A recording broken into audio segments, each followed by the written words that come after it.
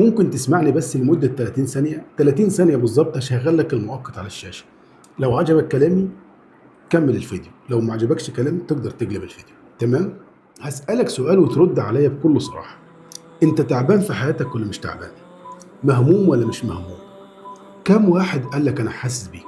انت عارف ايه اكتر حاجة تعباك في حياتك؟ انك دايما بتنخدع في الناس، ومن كتر اللي شفته في حياتك بقيت مش عارف تفرج ما بين الحلو والوحش، بقيت مش عارف مين بيحبك بجد ومين بيكرهك، مين بيخاف عليك من قلبه ومين بيحقد عليك، مين بيتمنى لك الخير ومين بيحسدك. حاجات كتيرة في حياتنا محطوط عليها علامات استفهام. الناس كلها بقت غامضة، بقينا نخاف من بعض بطريقة غريبة، ومحدش بقى بيحب الخير لحد إلا ما رحم ربي. حتى الإنسان اللي بيتمنى الخير للناس محدش بيتمنى له الخير. علشان كده خدها من أخوك نصيحة، محدش هيقف جنبك غير نفسك، محدش هيخاف عليك غير نفسك.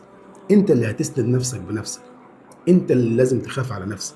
مين هيأمن لك مستقبلك غير نفسك؟ مين هيمد لك ايده؟ مين هيمد لك ايده؟ انت مستني مين؟ منتظر مين يقول لك انا جنبك، انا في ظهرك؟ انت منتظر مين؟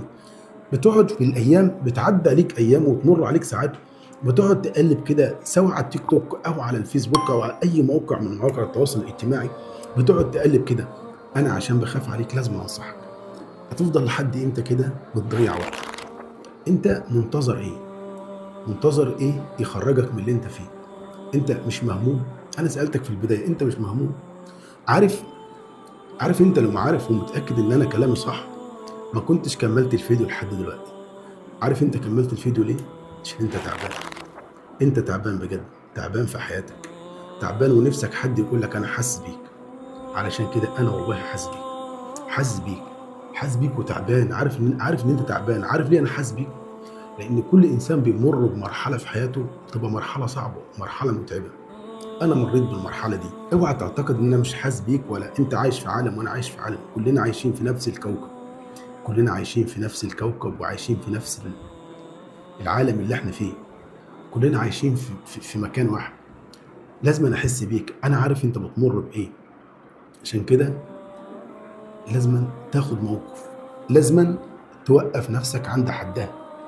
بلاش اللهو اللي انت عايش فيه، بلاش الضياع ده.